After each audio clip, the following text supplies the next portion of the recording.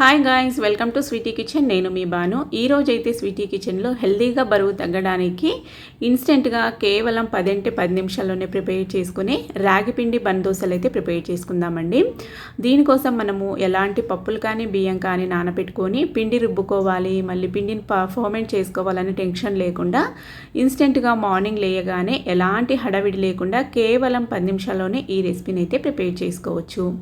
Taste కూడా చాలా బాగుంటాయండి. పిల్లలకి స్కూల్కి స్నాక్స్ బాక్స్కు పంపించవచ్చు, అలాగే స్నాక్స్ టైంలో కూడా ప్రిపేర్ చేసి ఇవ్వచ్చు. మార్నింగ్ బ్రేక్ఫాస్ట్ కూడా పిల్లలకి ప్రిపేర్ చేసి పెట్టామంటే చాలా ఇష్టంగా తింటారు. బరువు తగ్గాలనుకున్న వాళ్ళకి, అలాగే డైట్లో ఉన్న వారికి కూడా చాలా మంచి రెసిపీ. తప్పకుండా ఒకసారి ట్రై చేసి చూడండి. రెసిపీని ఫుల్గా చూసి నచ్చినట్లయితే మీ ఒపీనియన్ని నాతో ఒకసారి షేర్ చేసుకోండి. మరి ఆలస్యం చేయకుండా ప్రిపేర్ చేసుకునే విధానం అయితే చూసేద్దామండి. మీరు కనుక మన ఛానల్కి ఫస్ట్ టైం విజిట్ ఇచ్చింటే ఇలాంటి మరిన్ని హెల్తీ రెసిపీస్ కోసం ఛానల్ అయితే సబ్స్క్రైబ్ చేసుకొని ఫాలో అవ్వండి. ప్రిపేర్ చేసుకునే విధానము: ఒక మిక్సింగ్ బౌల్ తీసుకొని అందులోకి 1 కప్పు రాగి పిండి అయితే తీసుకుందాం. అందులోకి అరకప్పు బొంబాయి రవ్వ తీసుకుందాం. సూజీ రవ్వ అంటారు కదండి, అది. ఇప్పుడు రెండింటిని బాగా మిక్స్ అయ్యేలాగా మిక్స్ చేసుకోవాలి. చాలా ఈజీ ప్రాసెస్ అన్నట్టు. ఈ విధంగా రెండింటిని బాగా మిక్స్ చేసుకున్న తర్వాత ఇందులోకి 1 కప్పు పెరుగు అయితే వేసుకుందాం. మజ్జిగ వేసుకునేటట్టుంటే 1.5 కప్పు వేసుకోండి. పెరుగు వేసుకునేటట్టుంటే 1 కప్పు అయితే సరిపోతుంది. ఇప్పుడు ఇందులోకి ఇంకొక కప్పు నీళ్లు వేసేసుకొని ఉండలు లేకుండా బాగా మిక్స్ చేసుకుందాం. టేస్ట్ కూడా చాలా బాగుంటాయండి. పిల్లలు పెద్దలు చాలా బాగా లైక్ చేస్తారు. ఒక్కసారి ప్రిపేర్ చేసి ఇచ్చారంటే మళ్ళీ ప్రిపేర్ చేయమని అడుగుతారు. అంత బాగుంటాయి టేస్ట్ అయితే. పిండిని ఈ విధంగా ఉండలు లేకుండా బాగా మిక్స్ చేసుకోవాలి. ఇప్పుడు దీన్ని అయితే క్లోజ్ చేసుకొని పక్కన పెట్టుకుందాం ఒక 10 నిమిషాలు. ఆలోపు వెజిటేబుల్స్ కట్ చేసుకుందామండి. ఇక్కడ నేను తీసుకున్న వెజిటేబుల్స్ వచ్చేసి టొమాటో, అలాగే కొత్తిమీర, క్యారెట్, అల్లము, ఉల్లిపాయ అయితే తీసుకున్నాను. కట్ చేసేసుకుందాం. ఈ విధంగా వెజిటేబుల్స్ అన్నీ ఒక్కొక్కటిగా కట్ చేసేసుకుందాం. నేనైతే ఈ విధంగా సన్నగా ముక్కల్లాగా కట్ చేసుకున్నానండి. కావాలంటే మీరు తురుముకోవచ్చు. టొమాటో కూడా వేసుకోవడం వల్ల టేస్ట్ చాలా బాగొస్తాయండి. ఈ విధంగా కొద్దిగా అల్లం కూడా వేసుకుంటే చాలా బాగుంటుంది, అల్లం ఫ్లేవర్ కూడా. కట్ చేసుకున్న తర్వాత మిక్సీ జార్లోకి 10 నిమిషాల తర్వాత ఈ రాగి మిశ్రమాన్ని వేసుకొని ఒక 2 టేబుల్ స్పూన్లని వాటర్ వేసుకొని పిండిని అయితే మిక్సీ పట్టుకోవాలి. ఈ విధంగా వాటర్ ఎక్కువ యాడ్ చేసుకోకండి.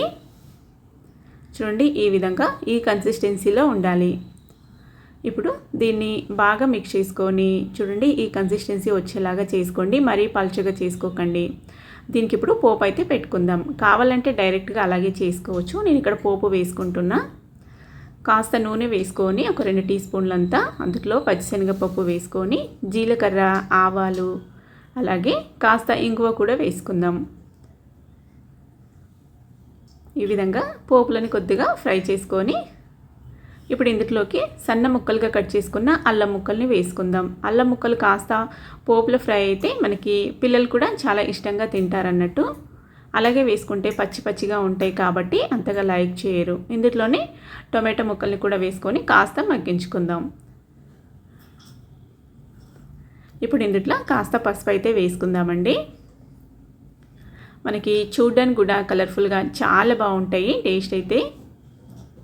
ఈ విధంగా ఒక 2-3 నిమిషాలు టమాటో ముక్కలు కాస్త సాఫ్ట్గా మగ్గిన తర్వాత స్టవ్ ఆఫ్ చేసేసుకొని ఇప్పుడు ఇందులోకి వెజిటేబుల్స్ అన్నీ యాడ్ చేసుకుందాం. కొత్తిమీర తురుము, అలాగే క్యారెట్ ముక్కలు, ఉల్లిపాయ ముక్కలు, అలాగే కాస్త ఒక రెమ్మంత కరివేపాకు ఈ విధంగా తుంచి వేసేసుకుందాం.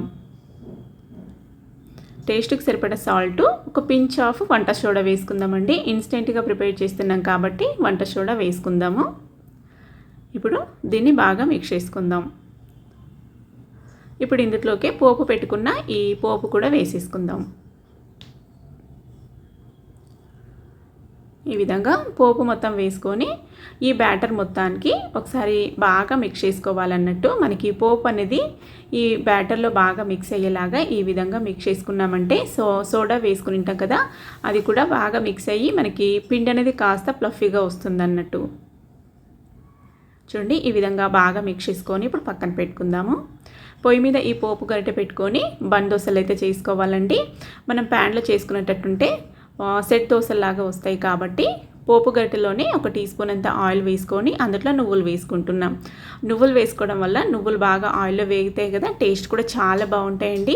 పిల్లలకి కావాల్సిన కాల్షియం కూడా దొరుకుతుంది అన్నట్టు. రాగి పిండిలో అలాగే నువ్వుల్లో కాల్షియం కంటెంట్ బాగా ఎక్కువ ఉండడం వల్ల బరువు తగ్గడానికి అలాగే పిల్లల ఎముకల బలానికి డైట్లో ఉన్న వాళ్ళకి చాలా మంచిది. ఇందులోనే తగినంత బ్యాటర్ అయితే వేసుకుందాం. ఈ విధంగా ఇప్పుడు పైన మూత అయితే క్లోజ్ చేసుకుందామండి. ఈ విధంగా చిన్న బౌల్ లాగా తీసుకొని క్లోజ్ చేసుకోవచ్చు.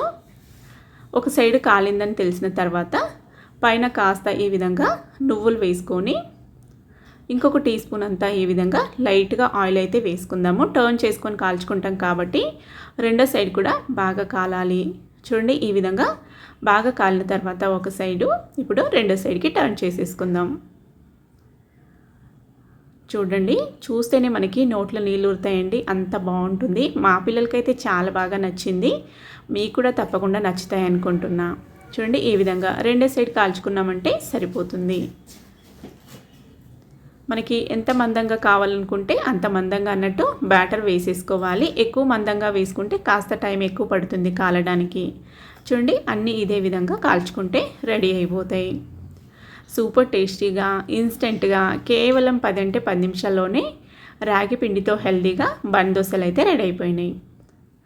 వీటినైతే మనము ఎలాంటి చట్నీతో అయినా సర్వ్ చేసుకోవచ్చండి, లేదంటే అలాగే కూడా తినేయచ్చు. మనం పోపు పెట్టుకుని ఉంటాము, నువ్వులు వేసుకున్నాము, అలాగే వెజిటేబుల్స్ కూడా వేసుకున్నాం కాబట్టి టేస్ట్ అయితే చాలా బాగుంటాయి.